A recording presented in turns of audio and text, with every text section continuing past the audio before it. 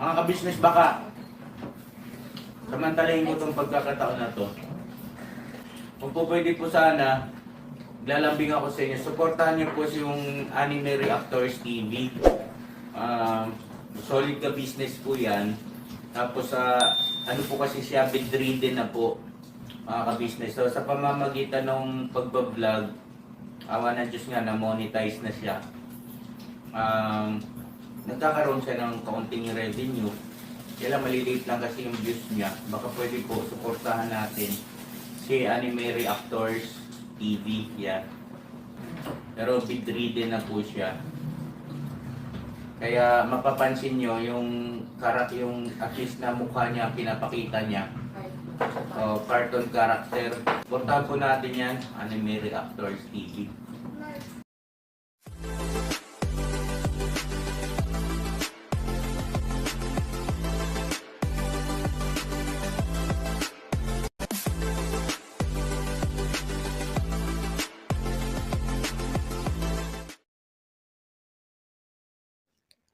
Hello guys, mapagpalang araw po sa ating lahat. Narito pong muli ang inyong lingkod, Anime Reactors TV. At sa mga hindi pa po nakaka-subscribe dyan sa aking munting channel, ay baka pwede naman pong makipindot na po ng subscribe button. At makilike and share na rin po ng aking mga video. At patuloy din po natin suportahan ang Mag-amang Ka-Business Official at Papa Dins TV. At ganun din po yung kanilang second YouTube channel na Ka-Business Family. Yun, panibagong araw, panibagong reaction ulit tayo guys. At for today's video po ay gawan po natin ng reaction itong paggawa ng teleserye nitong si Ka-Business.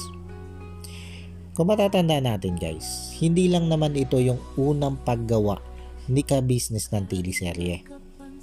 At ang unang ginawa nga pong teleserye nitong si Ka-Business ay yung patungkol sa buhay nitong si Kuya Renji at ni Ate LB. At ang gamit pa nilang camera nun ay GoPro. Kaya naman may mga eksena doon na hindi talaga maiwasang makita ang refleksyon nitong si Ka-Business sa salamin. Kasi nga GoPro yung gamit nilang camera. Kaya pag magsusum in siya, ay kinakailangan niyang lumapit sa kanyang kinukunan. At pag magsusum out naman siya, ay kinakailangan din niyang lumayo. Ganyan po kahirap yung ginagawa ni Ka-Business sa teleseryeng ito. Kaya nga minsan, ay hindi talaga maiwasan na nakukunan yung image niya sa mga salamin. Tapos ang isa pa dito, sa ginagawang teleseryeng ito ni Ka-Business, ay walang binabasang script ang kanyang mga artista. Puro bilin lang po yan ni Ka-Business kung ano yung gagawin ng kanyang mga artista. Ika nga, ay purong natural yan. Kumbaga, nanggaling talaga sa kung ano ang iniisip ng karakter yung bawat binibitawan nilang salita. Kaya dito pa lang sa teleseryeng ito ay makikita na natin ang husay nitong si Ka-Business na mag-direct ng isang teleserye. Mula sa pag-set up ng sitwasyon hanggang sa pagkuha ng magandang anggulo ng camera ay talaga namang masasabing pinag-isipan ng maayos, pinag-isipan ng mabuti. At dito din guys, sa teleseryeng ito, ay makikita din natin dito yung husay ng editor nito. Doon pala sa paglalagay ng mga sound effect, ay talaga namang masasabi nating trinabaho talaga ito ng mabuti at pinag-isipan din ng mabuti. At ang editor nga po niyan ay walang iba kundi itong si Boss Dave. Kaya ang galing din talaga nito si Boss Dave pagdating dito sa editing. At ito guys, balik ulit tayo dito sa tinatopic nga natin na paggawa ni Ka-Business ng teleserye. At dahil nga po ito ang isa sa matagal ng pangarap ni Ka-Business magkaroon siya ng isang teleserye na pagbibidahan niya. Kaya hindi siya tumigil hanggat hindi niya ito nakakamit. At yung matagal na pong pangarap na yan ni Ka-Business ay hindi din po yan lingid dito sa kaalaman ng kanyang mga anak. Kaya naman nang humiling itong si Ka-Business ng DSLR camera dito kay Papa Dins, ay kaagad siyang pinagbigyan nito. At dalawa pa nga pong DSLR camera ang ibinigay ni Papa Dins dito kay Ka-Business. At ito na nga guys, makalipas lang ang ilang buwan matapos yung teleserye ni Kuya Renji at ni Ate LB, nito nga pong may DSLR camera na ito si Ka-Business, ay nag-isip uli siyang gumawa ng isa pang teleserye. At nito nga lang po nakaraang buwan ay muling sinimulan nitong si Ka-Business itong kanyang panibagong teleserye. At pinamagatan niya po itong Captain Dumbbell. At hindi lang yan guys, dahil itong panliligaw nito si Kuya Bong kay Kyla ay ginawa na rin ni Ka-Business ng teleserye. Pero unahin natin guys itong Captain Dumbbell. At dito nga po guys sa Captain Dumbbell, ayon mismo dito kay Ka-Business, ay isa lang itong katuwaan nung una. Pero nung makita niya ang husay ng kanyang mga artista, ay dito na niya itinuloy-tuloy ito. Hanggang sa magkaroon na nga ng part 1, part 2, part 3, at ngayon nga po ay may part 6 na.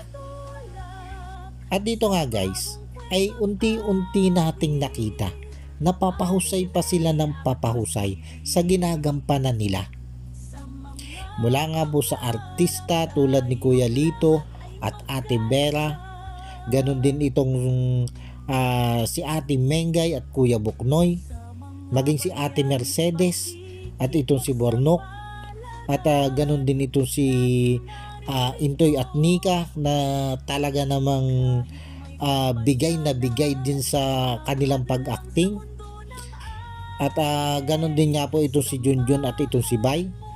At yun, maging ito nga po si Kuya Tony ay talaga namang may partisipasyon din dito.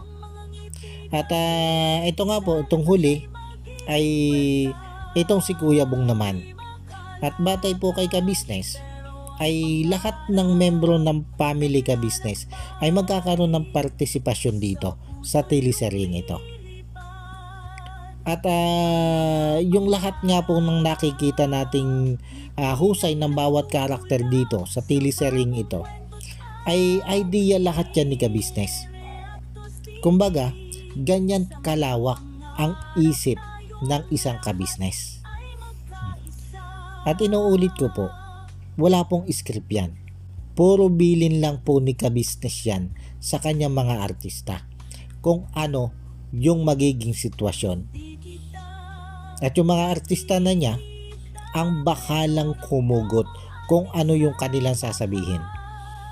Basta matapos ibilin ni Ka-Business kung ano yung eksena, ay bola na ng artista niya yon kung ano yung bibitawang linya ng mga ito.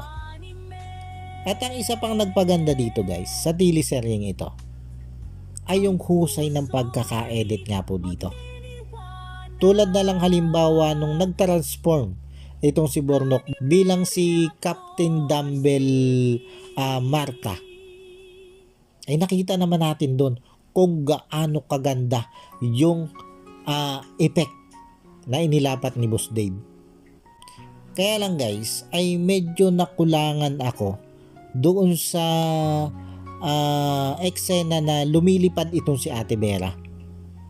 Kasi sa eksenang yon ay mapapansin yung napakababa ng lipad nito si Ate Vera. Sa tingin ko, mas napaganda sana nila ito kung gumamit sila ng drone. Para yung lipad sana ni Ate Vera ay medyo mataas naman. Hindi yung tipong para bang sasabit sa wire ng kuryente at kayang-kayang tiradurin ng bata. Hindi naman siguro dahil sa laki ni Ate Vera, kaya ganun kababa ang lipad niya. Kaya para sa akin, mas maganda sana kung gagamit sila ng drone. Dahil ang pagkakaalam ko, itong si Papa Dins may drone ito eh. At kung hindi naman kabisado ni Papa Dins ang pagpapalipad ng drone sa mga ganong area, ay pwede namang usapin nila itong si Rick Aningat. Dahil ito yung may mas karanasan talaga sa pagpapalipad ng ganitong drone. Pero bukod naman doon, bukod doon sa nakita kong itong ang lipad ni Ate Vera ay tila ba ika nga ay sa ibon ay sisiw pa lang, ay wala na naman akong ibang nakitang hindi maganda. Dahil lahat ng eksena ay puro magaganda. Kaya dito ay kinokongratulate ko ang buong ka-business team. Lalo na nga po itong si ka-business na utak ng lahat ng yan. At maging ito nga pong teleserye ng panliligaw nitong si Kuya Bong dito nga po kay Josa ay masasabi kong napakagaling. Mula nga po dun sa setup o anggulo ng camera ay masasabi nating ang husay. At dito nga po ay nakita din natin kung ano yung malaking tulong nitong DSLR camera na ibinigay ni Papa Dins eh.